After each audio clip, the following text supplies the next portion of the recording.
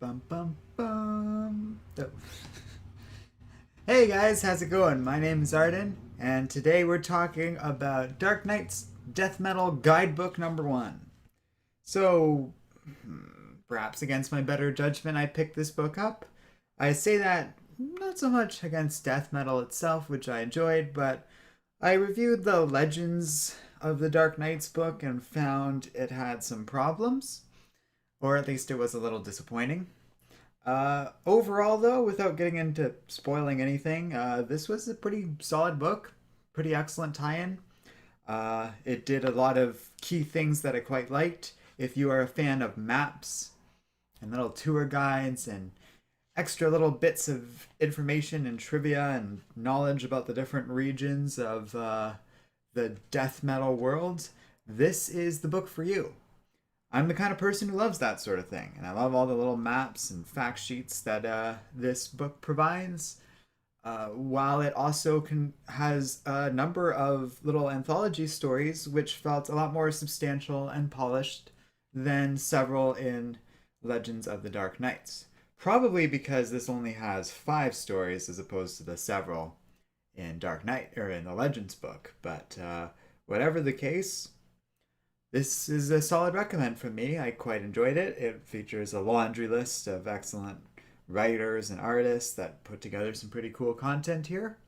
And if you've been enjoying death metal, this is a pretty excellent, not only tie in, but also a good little summary of what's going on in death metal and such. This book makes me really happy because I can use this to sort of springboard some friends into reading death metal and not having to go through all those Justice League books just to have an idea of what's going on. So, with all that in mind, let's kind of venture into spoiler territory. Um, Before anything, we open on the most detailed version of the Metalverse map I've seen so far, which is pretty great. It's the same map they use at the beginning of the death metal books, but it's just sprawled out nicely over 2 pages. Again, just another reason why this is a particularly good print thing to own as well. After that, we get into a story called The Fall of Earth, written by Scott Snyder, James Tynion IV, Joshua Williamson, penciled by Doug Mankey, inked by Jamie Mendoza, colored by David Barron, lettered by Tom Napolitano. I laughed halfway through that because that's a real all-star crew. That being said, for having 3 writers, once again, this is a pretty good little book. I like it even a little more than the Darkest Night story from the Legends book, and I'll try not to bring it up too much, but these are similar books. This one kind of just goes through all that Justice League content while also throwing out so much little extra information because it kind of catches us up to all the events involving Perpetua and stuff, and then it goes into how Earth collapsed under the Batman Who Laughs and all of his evil versions of Batman. It kind of gets into some of them without doing a full origin story. Like there's a version of Batman who's like Dr. Arkham and is just violently psychotic and controls an entire domain in the Metalverse. We learn a little bit more about Batmage, who just took on every major magic wielding superhero in the DC universe.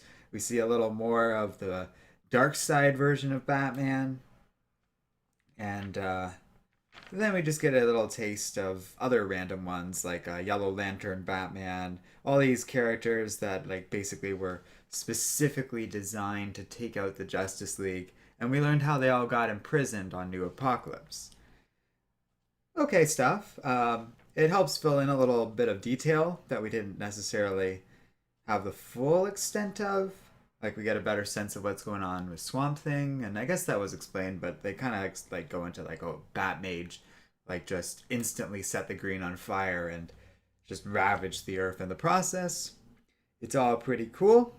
And then we kind of tie this all into the narration that's going on throughout this first book, and we learn that it's been Lex Luthor this whole time, and he basically talks to Lobo and how he's going to need to put back his old team of the Legion of Doom together to deal with all of this, which all basically confirms that Luther is very much going to be an integral part of the second half of death metal, which I think is pretty cool. We then get a story, and this is so awesome because it's Harley Quinn's story, the Metal Queen of the Desert, uh, as it's called, written by Chip Zdarsky. Kari Randolph does the artwork, Emilio Lopez does the coloring, David Sharp does the lettering. So Zdarsky's awesome, and you don't really see him writing for DC that often, but he did a great job with having Harley Quinn kind of exploring the wasteland and basically meeting her giant hyena companion. It's a very simple story, but Zdarsky sells it all in just excellent dialogue and fun artwork that shows this suicide squad that's all messed up by radiation that attacks Harley Quinn. Again, very simple, but Zdarsky does a good job at taking something very simple and filling it and injecting it with a lot of fun.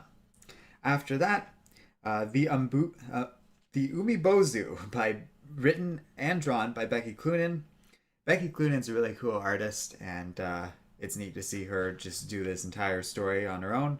And then she has Tamara Bonvillain, one of my favorite colorists, working with her, and Steve Wan's doing lettering. This is all about Aquaman and his situation. He basically has this bargain with Baphomet, which is this weird sea creature that some version of Batman accidentally spawned when he was drilling in the ocean of his particular world in the Dark Multiverse. This is a fun little story about. It's kind of interesting. Aquaman encounters this evil spirit thing. Well, not evil spirit, this cursed spirit thing that has emerged in the wake of death metal. He wants to kind of save it and remove its curse because I think it's like a relatively neutral spirit. But Baphomet basically just forces him to kill the being, and it just ends with it reciting some prose to Aquaman and him just listening morosely. Very simple, but I felt very effective. And then we get into another cool story all about Poison Ivy, basically, because all of the villains. Something that I found was interesting is the Batman Who Laughs didn't just let the villains roam free on this world. They've all just been imprisoned in what was Themyscira, with Wonder Woman forced to be their jailer up until the start of death metal. And this story is all about Poison Ivy's time in this prison. It's well done for a very short story. It's got phenomenal artwork and excellent imagery. It's a cool presentation of the content where Wonder Woman's reveal is done in a very, I don't know, unexpected way, we'll say, where she's almost treated like this horrifying villain at first before it's revealed that it's her. And it's a moving story for Ivy.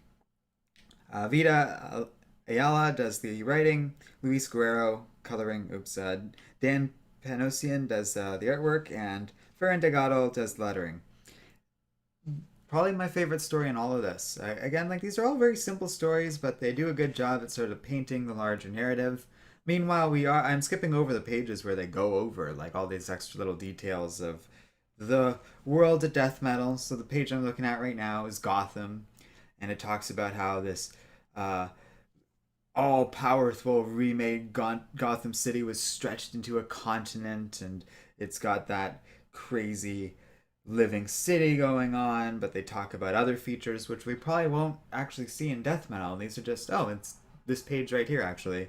But these are all just little extra bits of knowledge of what the world's like. It's excellent world building. It's obvious world building, but it's wonderful just the same. Then we get a story that kind of blew me away called Dragonlance. Priest wrote this. And then Eduardo Risso does the art and coloring. Willie Schubert does lettering. This is a cool looking comic.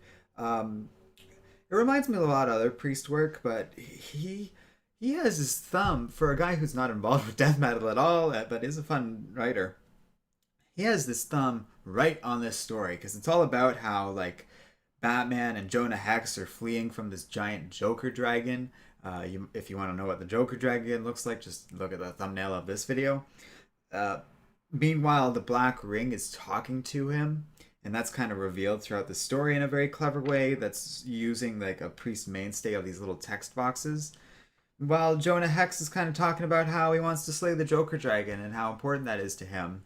And it kind of really has some interesting implications for what's going on with Batman with this black ring and stuff like that. So there's a lot of little hints of stuff to come, extra little details in this book. And on the whole, it's a pretty worthy read. I would definitely recommend. So that's about it for that.